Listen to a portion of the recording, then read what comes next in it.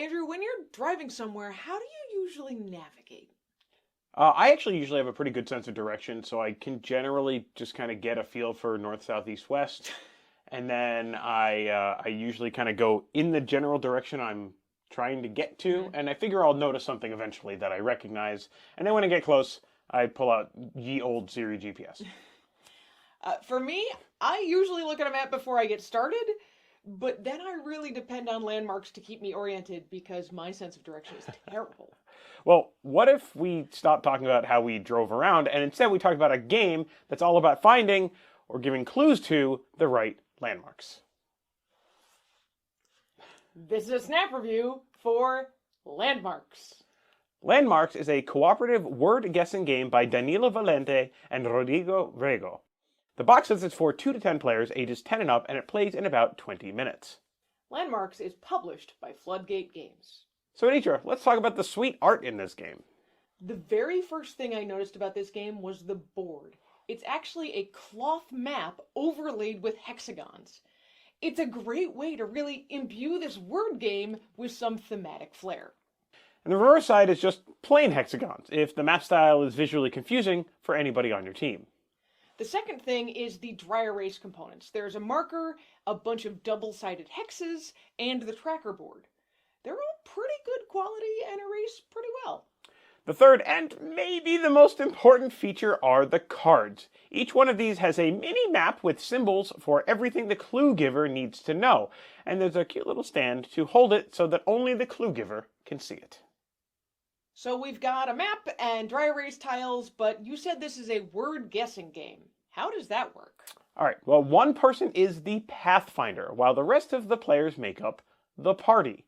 The pathfinder randomly selects a map card, green for an easier challenge or yellow for a standard challenge. They place it in that card stand so that only they can see it.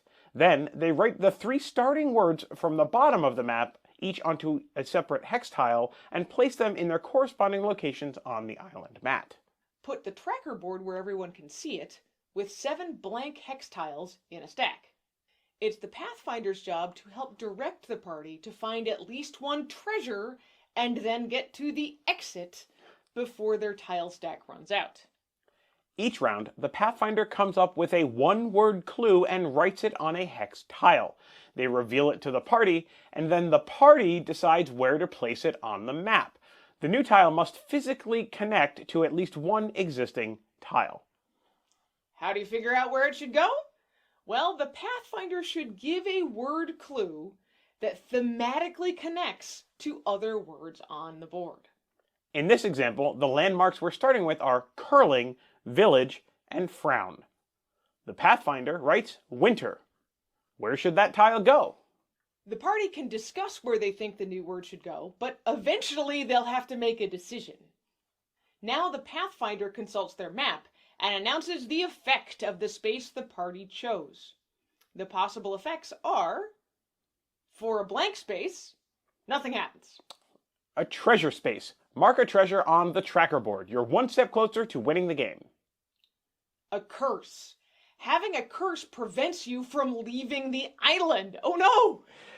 But there's the amulet. The amulet cancels out 1 curse. It doesn't matter if you get the amulet before or after finding a curse.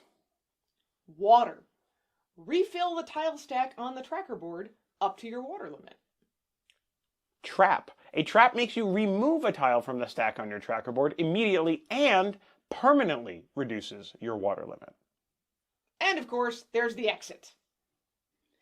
If you found the exit and you have at least 1 treasure and no active curses, you win. If you have all the treasures, you super win. But if you found the exit and have more curses than amulets, you lose. And if you run out of tiles before finding the exit, you lose too.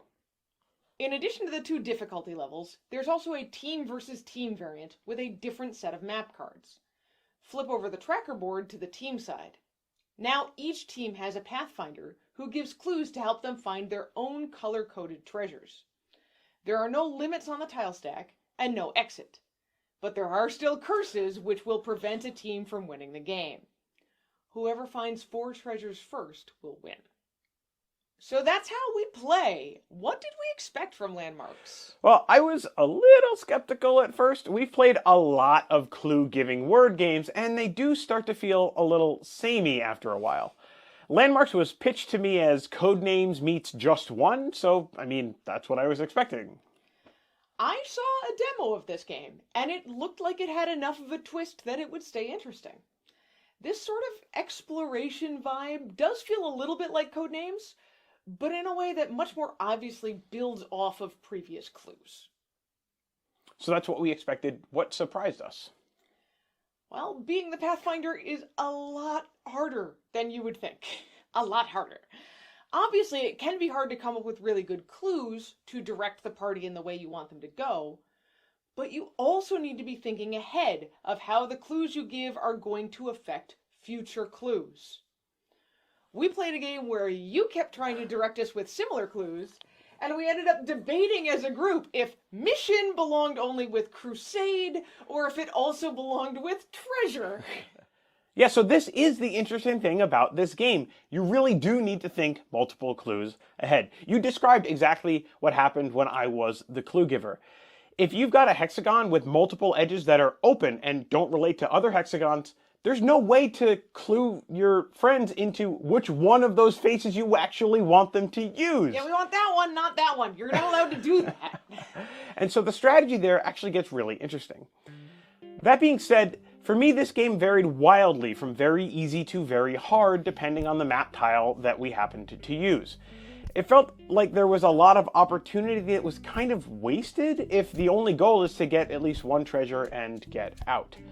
I know there's kind of supposed to be this goal of getting 4, but really most of the time any success is what we ended up going with. And this is one of the reasons why I think the team mode is going to stand the test of time better than the fully cooperative mode in this game. There really is a race in the team mode, and it's a much more desperate goal to get all 4 of the treasures, which is honestly way harder. For my money, future games of Landmarks are going to be in the team versus team part of the game. Otherwise, I'd rather just get one of those games that are way easier to get to the table, like So Clover or Just One. We recommend Landmarks if you're looking for a new way to play word guessing games with a group of people who like to battle it out. This combination of navigating around a map and planning for future word clues does breathe a little bit of new life into this genre. We give Landmarks 3.5 map tiles out of 5. And that's Landmarks in a snap. I wish I spent more time writing this. That was a lot. I don't think it's a bad thing. Listen, once I got going, I was fine. I know.